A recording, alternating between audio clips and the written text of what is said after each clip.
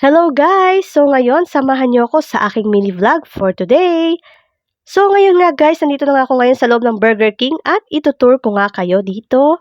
So dito naman sa kabilang side, meron kayong makita dyang counter kung saan dyan nga tayo order ng ating kakainin maya-maya lamang. Dito naman sa kabilang side, may kita kayo dyang mga lamesa at upuan kung saan dyan tayo kakain maya-maya lamang. Tingnan nyo guys, napakaganda ng pwesto dito, napakaganda ng view. And maganda nga yung aming naupuan at dyan nga kami upo. At kita nyo naman, may mga pailaw-ilaw pa sa taas. Ang syala, tingnan, di ba? So, ayan, napakalinis dito guys. Napakalinis ng view. At second time ko pa nga lang pumasok dito sa Burger King. And syempre, first time ko nga ngayon magda-dine-in sa Burger King. Kaya naman, samahan nyo ko. Ito na nga ang aking mga in-order for today. So, ayan, i-flex ko na sa inyo ang aking mga in-order. Meron diyang dalawang chicken fillet.